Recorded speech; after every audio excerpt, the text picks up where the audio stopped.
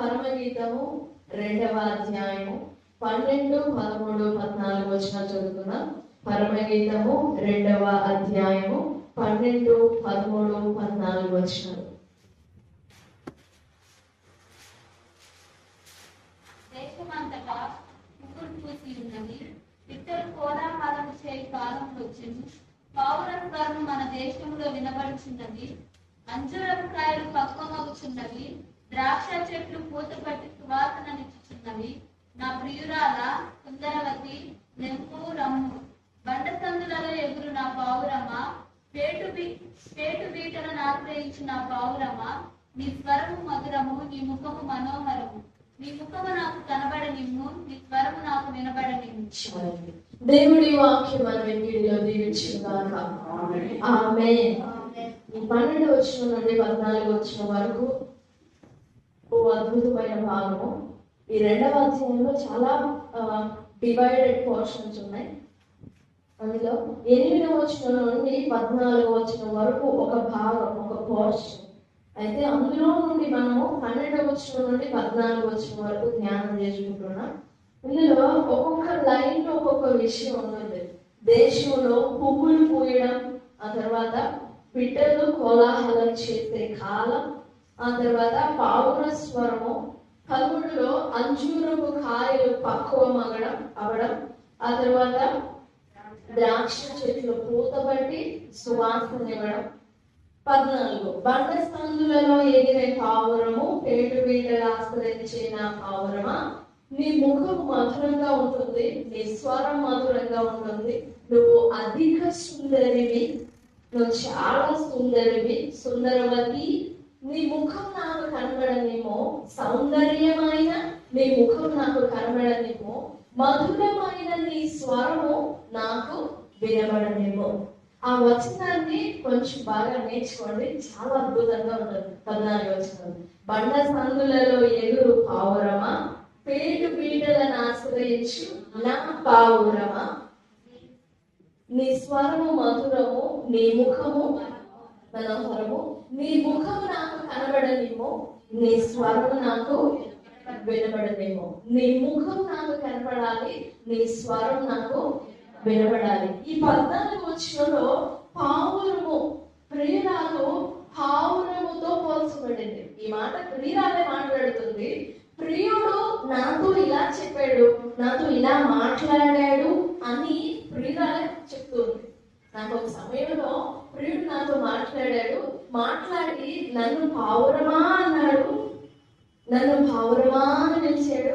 బండ సందులలో ఎగిరే పావురమా, పేటు బీటలను ఆశ్రయించి నా పావురమా అన్నాడు. నన్ను పిలుస్తున్నాడు అని ప్రియురాలే మాట్లాడుతున్న ప్రత్యేకమైన భాగం ఇది. 8వ వచనం నుండి 14వ వచనం వరకు. ఇందులో కొన్ని రకాలైన స్వరములు వినబడతాయి. చూడండి, 8వ వచనంలో ఆలకించుడి, నా ప్రియుని స్వరం వినబడుచున్నది. ఆ తర్వాత 10వ వచనంలో బైబిల్ ఉన్న వాళ్ళందరూ తెరచి చూడాలి, అందరూ ఓపెన్ చేయండి. 10వ వచనంలో ఇప్పుడు నా ప్రియుడు, అందరూ చదవాలి, ఇప్పుడు నా ప్రియుడు నాతో మాట్లాడుచున్నాడు. మరొక స్వరం వినపడుతుంది చూడండి. 12వ వచనంలో పిట్టలు కోలాహలం చేస్తా ఉన్నాయి, ఆ పిట్టలతో పాటు పావుర స్వరం వినబడుతుంది. ఏ స్వరము? ఎన్ని స్వరాలు ఉన్నాయి? అన్ని ప్రియుని స్వరమే, కానీ సపరేటెడ్ గా కొంచెం డిస్టింగ్విష్డ్ గా మాట్లాడుతూ ఉన్నది ప్రియురాలు. నా ప్రియుడు మాట్లాడుతున్నాడు, నా ప్రియుని స్వరం వినబడుతుంది, పావుర స్వరం వినబడుతుంది అని ఈ స్వరముల గురించిన మాటలు కనపడతాయి ఇక్కడ. నా ప్రియురాలా, నీ ముఖము సౌందర్యము, నీ ముఖం నాకు కనబడనేమో, నీ స్వరం నాకు వినబడనేమో అని. Let me hear your voice. Let me listen to your voice. ప్రియుని స్వరం మనం ఆమె ఆలకించడం కాదు, ప్రియుని స్వరం వినేసింది, ఆలకించింది, నా ప్రియుని స్వరం వినబడుతుంది. ఇప్పుడు ప్రియుడు ఆమె అడుగుతున్నాడు, అమ్మా నీ స్వరం నాకు వినబడనివ్వవా, అమ్మా నీ ముఖం నాకు చూపించవా. మొదటి అధ్యాయం 5వ వచనంలో ఆమె అనుకుంటుంది, వన్స్ అపాన్ ఏ టైం అన్నమాట. ఇది కూడా చాలా సార్లు ధ్యానం చేసుకుందాం. మరోసారి చదువుదాం. పరమగీతం 1:5 కుమార్తెలారా, నందని దానమైనను సౌందర్యవంతురాలను. ఒకప్పుడు అనుకునేదేమో పాపం, నా ముఖం ఏంటి, నా నలుపు ఏంటి, నా ఆకారం ఏంటి, నా రూపం ఏంటి, నా జీవితం ఏంటి, నా బ్యాక్గ్రౌండ్ ఏంటి, నా స్టేటస్ ఏంటి, తన పరిస్థితి అంతటిని గురించి అనుకునిందేమో. అనుకునింది, అందుకే ఇప్పుడు అంటుంది. మీరు అలా అంటున్నారు కదా, నేను చెప్తున్నా సాక్ష్యం. నేను నల్లని దాననైనను బహు సౌందర్యవంతురాలు. మీలో సౌందర్యం కనుగొలేదు నా ప్రియుడు. నల్లదాన్నే, నాలో సౌందర్యం కనుగొన్నాడు. నా ప్రియుడికి నేను సౌందర్యవంతురాలను. 2:16. నా ప్రియుడు నా వాడు, నేను అతని దానను. అంటే కాన్ఫిడెన్స్, లెవెల్స్ ఆఫ్ కాన్ఫిడెన్స్ అన్నమాట. విశ్వాసపు కొండ ఎక్కుచు ఎక్కుచు ఎక్కుచు ఎక్కుచు ఎక్కుచు విశ్వాసములో అనుదినము పరివర్తన చెందడం. క్రమంగా క్రమంగా క్రమంగా క్రమంగా విశ్వాస పరిమాణాన్ని వృద్ధి చేసుకోవడం అన్నమాట. విశ్వాస పరిమాణాన్ని మొట్టమొదట ప్రభువు గురించి విన్నప్పుడు, అమ్మో దేవుడు నన్ను ప్రేమిస్తాడంట, దేవుడు నన్ను ప్రేమిస్తాడా అని ఫస్ట్. ఇప్పుడేంటి దేవుని ప్రేమ గురించి, ఇప్పుడేంటి దేవుని ప్రేమ గురించి ఆలోచన. ఇప్పుడు కూడా దేవుడు నన్ను ప్రేమిస్తున్నాడేనా? దేవుని ప్రేమ యొక్క లెవెల్స్ లో ఎన్ని మెట్లకేమో అదెంతో వెడల్పోయినది కదా. ఎంత వెడల్పు వరకు సొంతం చేసుకున్నాం ఆ ప్రేమని. అది ఎంతో పొడవైనది కదా. ఎంత పొడవ తెలుసు? పొడవైనదేనా దేవుని ప్రేమ? లోతైనదేనా?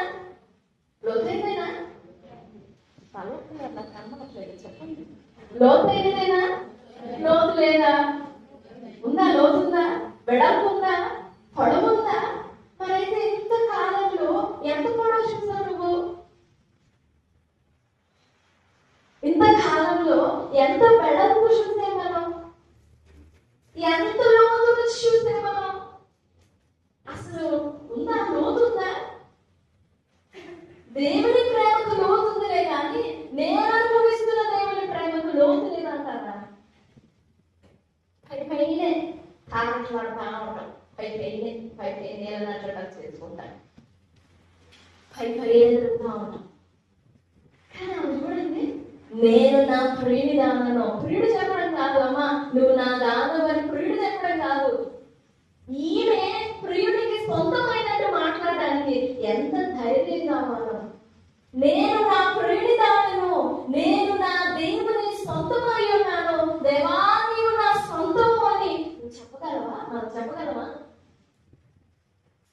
నోటితో కాదులే, నోటితో ఈజీ, తెలివికే కదా పలికేస్తాం, నాలుగే కదా ఎలా దొరకమంటే అలా దొరుకుతుంది.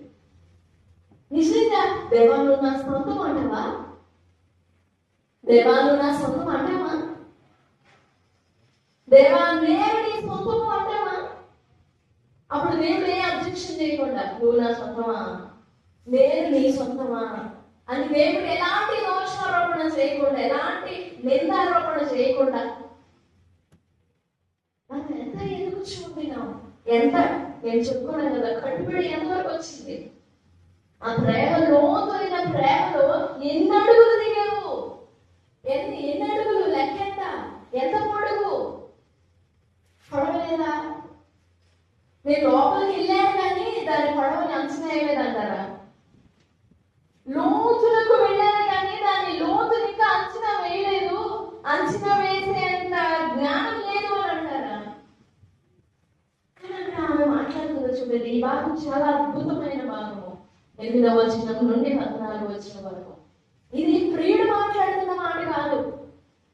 ప్రియురాలు తనతో ప్రియుడు చెప్పిన మాటని మాట్లాడుతుంది. నా మాటలు అర్థమవుతున్నాయా? ప్రియుడు తనతో మాట్లాడిన మాటల్ని ఎంత ధైర్యంగా చెప్తుందో చూడండి. ఆలకించండి, నా ప్రియుడి స్వరం వినబడుతుంది. ఇదిగో ఆ గోడ అవతల నుంచి నాకు ఆ స్వరం వినబడుతుంది. ఇప్పుడు 12వ వచనంలో చూస్తే దేశమంతటా పువ్వులు పూసి ఉన్నవి, పిట్టలు కోలాహలం చేస్తున్నవి. తర్వాత పావుల స్వరము మన దేశంలో వినపడుతుంది. దేశంలో పువ్వులు పూయడం కూడా ఒక వింత. పువ్వులు పూసేదాన్ని కూడా అంతగా ఆలోచించుకోవాలా? అంటే ప్లాంట్ లవర్స్ ఉంటారు కొంతమంది. పువ్వులు పూసే ఒక ప్రాధాన్యత పంటలు వేసే వాళ్ళకి, చేలు వేసే వాళ్ళకి, తోటలు వేసే వాళ్ళకి పువ్వు పూయడం ఎంత అవసరమో అర్థమైంది. అవునా? పువ్వు పూయడం ఎప్పుడు పడితే అప్పుడు పూస్తాయా? పువ్వులు పూయడానికి మనం తీసి పారేస్తాం. ఈ రోజు పొద్దున్నే పూస్తుంది, మళ్ళీ నైట్ కల్లా సాయంత్రం కల్లా వడబడిపోతుందని మనం తీసి పడేస్తాం. కానీ ఆ పువ్వు వికసించడానికి కూడా, ఆ పువ్వు పూయడానికి, చిగురించి ఫలించడానికి, పుష్పించడానికి కూడా ఎంత టైం పడుతుందో దేవుడు ఒక టైం పెట్టుంటాడు. పావురం అనగా ఎవరు గుర్తొస్తున్నారు? మీరు విన్నారా పావురాన్ని? చూసారా? మన దేశానికి కొత్త కాదు కదా పావురం. మన బతుకులో ఉన్నాయా పావురాలు? చూసారా? పావుర స్వరం ఎలా ఉంటుంది? విన్నారా? వినసొంపుగా ఉంటుందా? తీయగా ఉంటుందా? ఎలా ఉంటుంది పావుర స్వరం?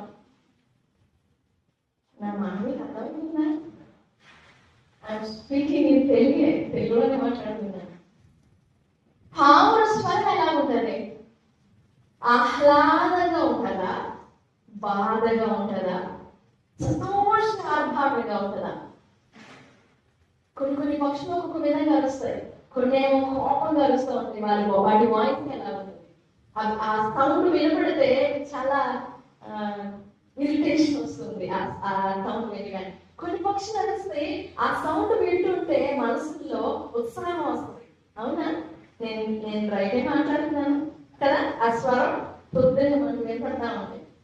నేను వాక్యం పెట్టి రికార్డింగ్స్ లో కూడా ఆ వాయిస్ వినపడతా ఉంటాయి. కొన్ని సౌండ్స్ ఏమో బలి ఇరిటేట్ చేస్తాయి. పాపం వాటి వాయిస్ అంతే. అవి పాపం కావాలనేవి అలా అరవవు. వాటి వాయిస్ అంతే. కొన్ని వాయిసెస్ ఏమో చాలా చాలా ఉత్సాహాన్ని ఇస్తాయి. మనకి ఎంత నీరసంగా ఉన్నా కానీ ఆ వాయిస్ వినగానే చాలా బలం తెచ్చుకుంటాం. కొన్ని వాయిసెస్ ఏమో కొన్ని అర్థాలను చూపిస్తాయి. సరే, పావుర స్వరము మన దేశంలో వినబడుతున్నది అని ప్రియుడు ఆమెను పిలుస్తున్నాడన్నమా. దేశమంతటా పువ్వులు పూసాయి, పిట్టలన్నీ కోలాహలం చేస్తా ఉన్నాయి. ఇదిగో ద్రాక్ష చెట్లు పూత పట్టి వాసనిస్తా ఉన్నాయి. అంజూరపు కాయలు పక్వానికి వచ్చేస్తున్నాయి. అవన్నీ కూడా చిగురుస్తూ ఉన్నాయి. అవన్నీ కూడా సంతోష సమయంలో ఉన్నవి. అలాగే వాటితో పాటు పావుర స్వరం కూడా వినబడుతుందమ్మా అని చెప్పి 14వ వచనంలో ఆమెనే, అంటే ప్రియురాలినే, బండ సందులలో ఉండే నా పావురమా, పేటు పీటలలో నివసించి ఆశ్రయం ఏర్పరచుకునే నా పావురమా, నీ స్వరం నాకు వినబడలేమో, నీ ముఖం నన్ను చూడలేము, నీ ముఖాన్ని, నీ స్వరం వినాలనుంది, నీ మాట వినాలనుంది, నీ మూలుగు వినాలనుంది. అక్కడ వినపడుతూనే ఉంది పావుర స్వరము. పావురమా అంటున్నారు మళ్ళా. అది పావురము అనగానే ఈ భాగంలో, ఈ వచనంలో, మిగిలిన అన్ని వచనాల గురించి చెప్పట్లేదు నేను, పర్టికులర్ గా ఈ వచనంలో బండ సందులలో ఎగిరే పావురమా అని మాట్లాడుతున్నప్పుడు ఇది దేవుని గురించి మాట్లాడట్లా, పరిశుద్ధాత్మల గురించి మాట్లాడట్లా. యోహాను సువార్తలో, అంటే యేసు ప్రభువు శరీరము దాల్చుకొని వచ్చినప్పుడు, ఆయన బాప్తిస్మం తీసుకుంటున్నప్పుడు, నేలలో మునిగి లేచినప్పుడు, బాప్తిస్మం అయిపోయిన తర్వాత పరలోకం నుండి దేవుని ఆత్మ, పరిశుద్ధాత్మ పావురము వలె ఆయన మీద రాలగా, అప్పటి నుంచి మనకు అర్థమయ్యేది ఏంటంటే పావురము దేని గుర్తు? ఎలా అర్థం చేసుకుంటాం? యేసు ప్రభువు మీద పరిశుద్ధాత్మ పావురము వలె రాలింది. పావురం లాగా, పరిశుద్ధాత్మ పావురం లాగా ప్రభు మీదకి వచ్చారు అనే ఆ మాట పెట్టుకొని పావురము అనగానే దేవుని పరిశుద్ధాత్మ అని అంటారు. రైట్, అది నిజమే. నేను దాన్ని అది తప్పు అనట్లేదు, రాంగ్ అనట్లేదు. కానీ ఈ పర్టికులర్ వచనంలో సంఘము లేదా ప్రియురాలు పావురముతో పోల్చబడింది. ప్రియురాలు చాలా పోలికలు ఉన్నాయి. చాలా పోలికలతో పోల్చబడింది సంఘం. ఎన్ని పోలికలు ఉన్నాయో మనకి ఈ పరమగీతంలో ఎన్ని పోలికలు ధ్యానించుకున్నాము మనం. మీకు ఎన్ని గుర్తున్నాయో? దేవుని స్తోత్రం. ఈ రాత్రికాల సమయంలో సంఘము అంటే నువ్వే, దేవుని రక్తం ఇచ్చి కొనబడిన నువ్వు పావురము. నేను పావురము చెప్పుకుంటానా? పావురానికి ఉండిన అందము కానీ, దాని రెక్కలు, దాని దేహాన్ని ఉండిన స్మూత్నెస్ కానీ, ఆ టెండర్నెస్ కానీ మిగిలిన ఏ పక్షులు కూడా కనపడదు. దాన్ని ముట్టుకునేటప్పుడు ఒక కామ్నెస్ వస్తుంది, ఒక ప్రశాంతత వస్తుంది. దాన్ని చూస్తుంటేనే ప్రశాంతత వస్తుంది. ఎక్కడ పెడితే అక్కడ మురికి కాలువ దగ్గర, పేడ మీద, వేస్ట్ మీద, చెత్త కుప్పల మీద పావురాలు కనపడతాయా? కనపడం. పావురాలు కనపడం. పావురాలు కనపడేదల్లా కూడా మనుష్య సంచారము లేని కొండ సందులలో, విరిగిపోయిన బండ సందులలో. ఎందుకనంటే అక్కడ మలినమైన ఈ మనిషి సంచారం ఉండదు. పాపపు స్వరాలు, పాపపు మాటలు, ఈ చెడు మాటలు ఇవేమి వినపడం. చిలకలకి పదాలు నేర్పించగలరేమో కానీ పావురాలకి నేర్పించరు. పావురాలకి నేర్పించిన న్యూస్ అయితే లేదు. చిలకలు నేర్చుకుంటాయి, ఎందుకంటే వాటిని మనం ధిక్కరించట్లేదు, కానీ ఏమో దేవుడు వాటికి ఇచ్చిన క్వాలిటీ అంటే. కానీ పావురం మాత్రం అలాంటి మాటలు నేర్చుకోదు. చిలక ఏ మాట చెప్తా మాట నేర్చుకుంటుంది. అది మంచిగా చేయడం ఉండదు, ఏదైనా నేర్చుకుంటుంది. కానీ పావురం అలా కాదు. అసలు మనుషుల దగ్గరికి రాదు, అది భయపడదు. పిడికింది అనుకుంటారు చాలా మంది. పావురం పిడికింది కాదు. ఎన్ని వేల జనాల మధ్యలో ఉండిన it chooses alone, it chooses loneliness. Loneliness అంటే ఒంటరితనం కాదు, తనను తాను ప్రత్యేకపరచుకుంటారు పావురము అంటే. ఈ ప్రత్యేకపరచుకునే పావురముతో ప్రియురాలు పోల్చబడింది. నా పావురమా, నీ స్వరం నాకు వినబడలేము. ఆ మాటను ఆలోచన చేయండి. ప్రియురాలు ఏమని తన స్వరం వినిపించాలి? పాటలు పాడి వినిపించాలా? ప్రియురాలు లేదా సంఘము ఏమని తన స్వరాన్ని వినిపించాలి ప్రియునికి? ప్రియురాలు ఏం మాట్లాడితే ప్రియుడు సంతోషిస్తాడు? ఏం మాటలు మాట్లాడాలి? నా మాట జాగ్రత్తగా చెప్తాను. ప్రియుడు పావురమా, నీ స్వరం నాకు వినబడలేమో, నీ ముఖం నాకు కనబడలేమో. ఏం స్వరం వినిపించాలి అంటే ఏం మాటలు వినిపించాలి? ఏమని మాట్లాడాలి? అరవాలా, పాడాలా, మూలిగాలా? ఏమని మొదలుపెట్టాలి? ఏమని మాట్లాడాలి? ఏ మాట వినాలనుకుంటున్నాడు ప్రియుడు? నా మాట అర్థమవుతుందా? ఇప్పుడు పావురము అంటే మనమే కదా, సంఘం కదా. నీ నుండి దేవుడు నీ స్వరం వినాలనుకుంటున్నాడు. దేవుడు మనం దేవుడి స్వరం వినాలనుకోవడం అది వేరే విషయం, కానీ మన స్వరాన్ని దేవుడు వినాలనుకుంటున్నాడు. ఆ మాట నమ్మచ్చా? మన స్వరాన్ని దేవుడు వినాలనుకోవడం, మన మూలుగుని లేదా మన వాయిస్ ని, మన స్వరాన్ని, అది మాట, ప్రార్థన, మూలుగా, ఏడువా, దుఃఖమా, సంతోషమా, బాధ, ఏదైనా కానీ మన స్వరాన్ని వినాలని ఆశపడుతున్నాడు.